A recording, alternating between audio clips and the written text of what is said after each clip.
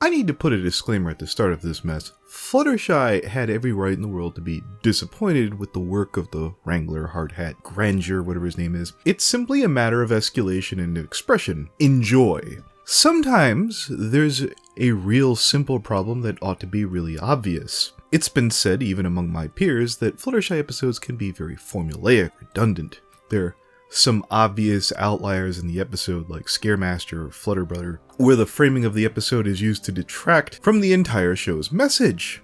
That there are some issues that even friendship can't solve. And honestly, it was a breath of fresh air that Fluttershy or any other character see a problem and not be smacked with an idiot stick, so that a problem is allowed to persist. I loved Flutterbrother because Fluttershy never had to struggle with standing up to her brother. Though, with her knowing her brother as long as she did, that might have always been possible. Family being what it is without Fluttershy's character being obtuse or exaggerated. Fluttershy, after season 6, is given a mentor at long last, and we're introduced to a character, Dr. Fauna, who, you guessed it, seems to be better at dealing with animals than arguably even Fluttershy, even at what appears to be an advanced age. Fluttershy uses her when she has to refer other people over for animal assistance, which one would think that you would have only gone to Fluttershy for animal care. This is what MLP could have used Windbreaker for. Applejack's remark about Fauna fixing up Winona feels slightly off, that everyone sort of just knows this character, that they're wielding her out this late in the show, but it's a minor enough role and it's a forgivable flub, as opposed to pulling out a Big Brother or, say, an Alicorn princess. Oh, would you people get over that? Did anyone else notice, after Fluttershy's speech, for whatever reason, Rainbow Dash's pretty awesome praise just comes off as jarring and insincere?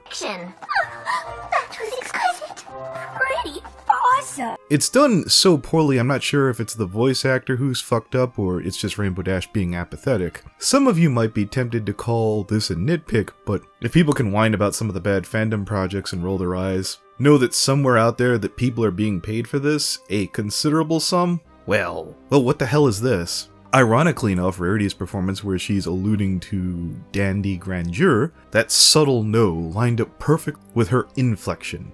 It's nice to see in some of the cast are still being used properly. You can call me a butthole for thinking a little too big, but who else thought that this might have been a good Fluttercord episode? I'm sure the show has a limited amount of times that they could use John Delancey per season, but it virtually goes without saying, watching Discord and driving Fluttershy up a wall, over the use of her animals, 22 minutes, just seems like a really easy formula for a win. But hey, that's just me. I kinda take issue here. I get the odd feeling that we were painted to dislike the experts, but if you look back at Suited for Success, Fluttershy kinda knows what she wants, but doesn't know how to properly ask for it. Say this with Hardhat, he's an expert who's trying to do his job. If Fluttershy was able to read off of this expert's reactions, and even beyond that, he straight up tells her that the sanctuary idea isn't something he's familiar with. And again, Dandy Grandeur has more presence of mind than Rarity did in Suited for Success to go on with his time as an expert in his field. Nor is Hardhat portrayed as a bumbling buffoon. Like, even Applejack seems to be going along with Wrangler's insights. I'm confused on how the experts are being unreasonable. It's not as if any of the experts are trying to be dicks about any of this. Love it, or do you love it?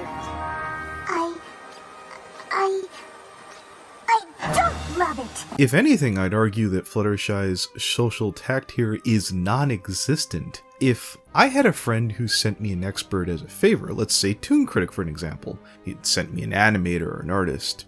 If this was Isaac or Keyframe and I started screaming at them like Fluttershy did to Hardhat, Wrangler, and Grandeur, do you think Toon Critic would be my friend tomorrow? I got news for you. If I recommended Gray Silvermane to anyone in this audience, and this isn't a hypothetical, this is a promise, if there's a misunderstanding with specifics, and I hear that you yelled him down, oh buddy boy do I got a show for you, and you'd be goddamn starring in it. Like, don't get me wrong, Fluttershy has a right to be less than happy with the artists and or experts here. But if Fluttershy did this to anyone I would have recommended to her, I would have browbeat her on the spot for it. Let me show you something. This is Aeon of Dreams podcast thumbnail done by Gray Silvermane. This isn't exactly what I wanted from Gray, who explained to me what I asked for was impractical. I trusted his vision over mine, and that podcast has over 10,000 views today. No disrespect to Aeon. Oh, and that's another thing. Aeon, when he came on, acted how he wanted to. which made the podcast a very different image from what I'd hoped for. What was he talking about? Peter helped him. Yes, I'll let wicked vanity just course through me for a moment. Yeah, I'll say it. Well, that was only a huge surprise when basically, I don't know, we sort of vaguely kind of bought into the stereotype about it. And I was like, oh, Peter just trumped Dr. Wolf. And I'm like looking at it now. I was like, of course he did. Yeah, like I said, I don't have anything necessarily against the guy, but if it was for a project that was more like technical like that, probably not, just because, and don't take this the wrong way, I just feel like if I had some sort of point to make, it would have to sort of be dumbed down to, I don't know this point, and then I'd have to give it to Dr. Wolf for him to re-say it to me as though I never knew it to begin with. And part of me doesn't sneaking it around him underneath his nose. Yeah, and part of me just kind of has a sour taste in my mouth for that. Yeah, isn't that basically all the Shakespearean writers had to do back in the day to get in their subterfuge around the censors, more or less? Well, I suppose it was, yeah, part of it was like that. Like, I know Shakespeare, he used paganism to get away with suicide. Like, you couldn't put suicide in a Christian story, but they're like, oh, wait, if it's pagan, then you can do it. And he's like, perfect. Nice. What I was originally comfortable with. It was a stellar success, and it is my highest rated podcast to date. I could easily have acted like a douche and screamed, no, it's not what I wanted. Do it over or get the fuck lost.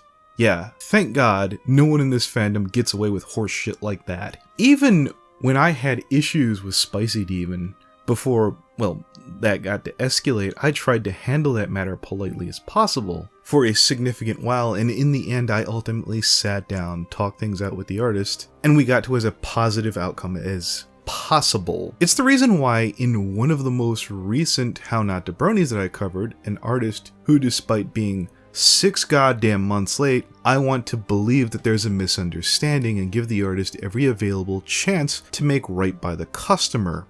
You want a shit destructive episode with piss poor implications? Congratulations, DHX. You turned Fluttershy into KP. I look forward to Fluttershy getting a glass of water right up there with Pinkie Posh, so that Lily P can defend her for being such a god-awful bitch. It's not that you, as the customer, don't have the right to be assertive. You totally absolutely do, but the 3 experts showed up politely, doughy-eyed, and hopeful that their interpretations would have made their customer happy. After that, Fluttershy started screaming at them. In my opinion, that's when she was fucking done. Well, I appreciate your efforts. I no longer require your services. This is too fucking little too late.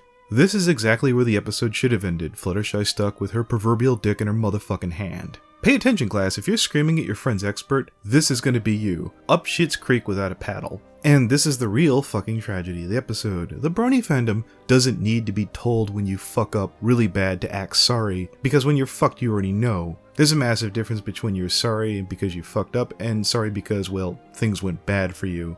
This is exactly what's supposed to happen when you don't act right. I'm the one who should be sorry. This didn't go at all like I had imagined. I tell you, this reminds me of someone, but I'm gonna have enough people pissed off at me at the end of this episode anyways. If you can guess, I'll see you in the comments. I tell you, this was a fiction, only you guys already know about KP. I'm sure whenever an artist or whoever fucked up on KP, that she would browbeat them, and then her staff would nod and agree, and everybody else would talk behind her back what a god-awful bitch she was. In fact, I'm not just sure I know that happened. I'm gonna be totally honest with you. You can get away with acting like Fluttershy in the Brony fandom. 1, if I don't hear about it. 2, if you're big enough, people will be willing to lump your horseshit. But underneath the surface, they're gonna secretly resent you, and then I'll eventually hear about it anyways. It's okay. You were all just trying to help. But I know that letting all the experts go was the right call. So what are you gonna do now? Try again. I'm going to rebuild the sanctuary and do it my way this time. That's the spirit. Did anyone else notice that Fluttershy didn't apologize to her friends? Those weren't some slaps or throwaway talentless bums. If I send you an artist or an expert I believe in, I damn sure stand behind them in their work. If you're still thinking I'm being an unreasonable dick after all this, let me ask you something. Let's say Fluttershy, instead of screaming at the experts, started screaming at the Apple family after they attempted to help her. Do you think Applejack would be apologizing to Fluttershy after she browbeat down Granny Smith, Big Mac, and Apple Bloom? How about Pinkie? Do you think Pinky would have just sat there smiling while Fluttershy rage douched on, say, Maud or Pinky sisters? Because if you do, you're a fucking moron. Think about that long and hard, because we all know that Maud would have fucked up what Fluttershy would have wanted. It would have been some goofy rock bullshit 9 times out of 10. Let's all be honest. Limestone would have put Fluttershy into an ass ball, screaming back at her, and that's exactly what should have happened. Thank you, fuck you, bye.